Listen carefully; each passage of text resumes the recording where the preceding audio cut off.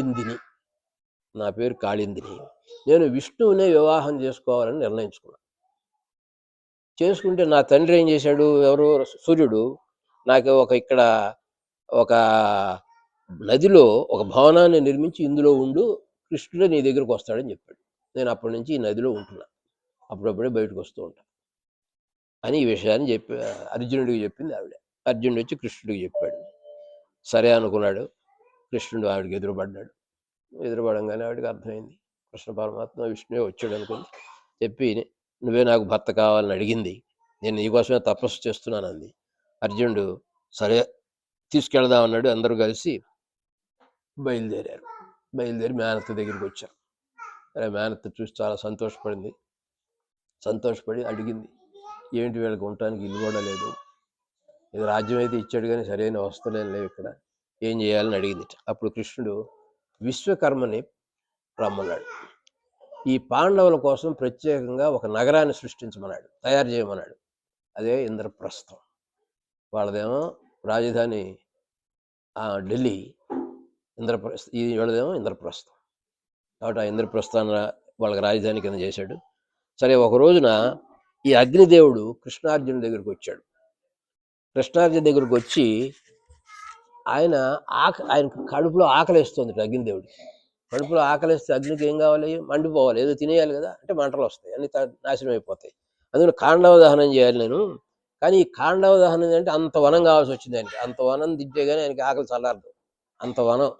దీనికి ఇంద్రుడు అడ్డుపడుతున్నాడు, ఇంద్రుడి కంట్రోల్లో ఉంది అది.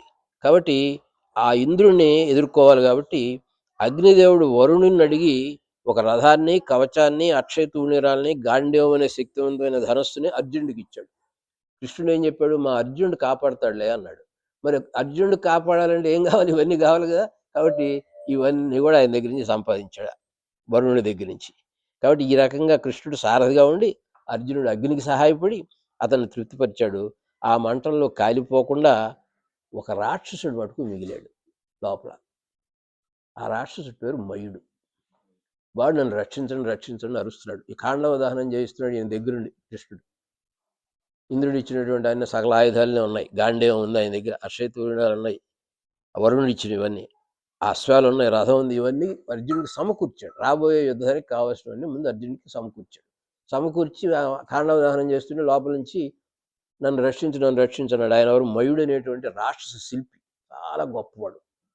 ఆ మయుడు రక్షించమంటే ఈయన రక్షించాడు. అప్పుడు ఆయన కృష్ణుడు, నువ్వు వీళ్ళకి ఒక గొప్ప భవనంలో ఇంద్రప్రస్థంలో ఒక విచిత్రమైన సభను కట్టబోయా అన్నాడు. విచిత్రంగా ఉంటుందట అది, అలాంటి తయారు చేయమన్నట్టు మయసభ. అదేంటి ఆ మయసభ గొప్పతనం, నీళ్లు ఉంటే లేనట్టుగా కనపడుతుంది, నీళ్లు లేకపోతే ఉన్నట్టుగా కనపడుతుంది. మంచి టెక్నాలజీ.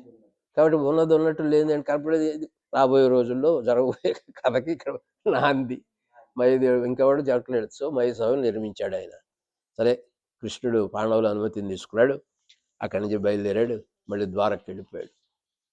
సో ఇప్పుడు ఎవరిని పెళ్లి చేసుకున్నాడు ఇక్కడ, కాళిందిని పెళ్లి చేసుకున్నాడు. సరే అక్కడి నుంచి బయలుదేరాక ఆయనకి రాజాధిదేవి అనేది ఇంకో మేనత్ ఉంది.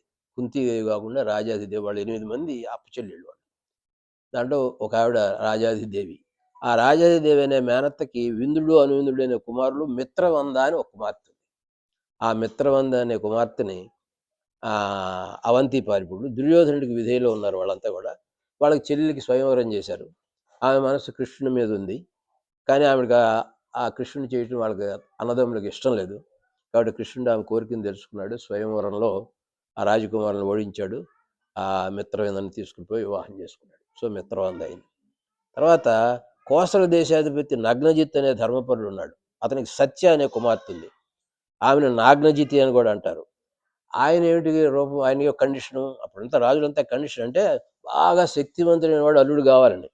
ఏమిటి అప్పుడు మనకు ఇప్పుడు మంచి సాఫ్ట్వేర్ ఉద్యోగం కావాలని వాడు కావాలని కదా మనందరం కోరుకునేది.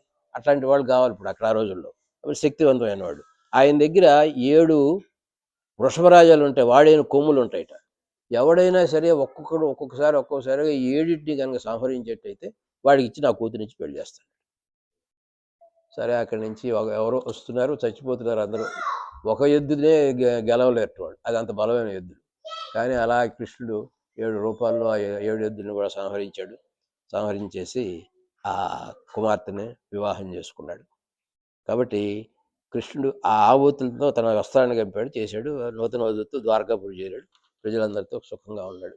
ఇంకొక ఆవిడ కృష్ణుడి మేనత్తలో ఒక శృతకీర్తి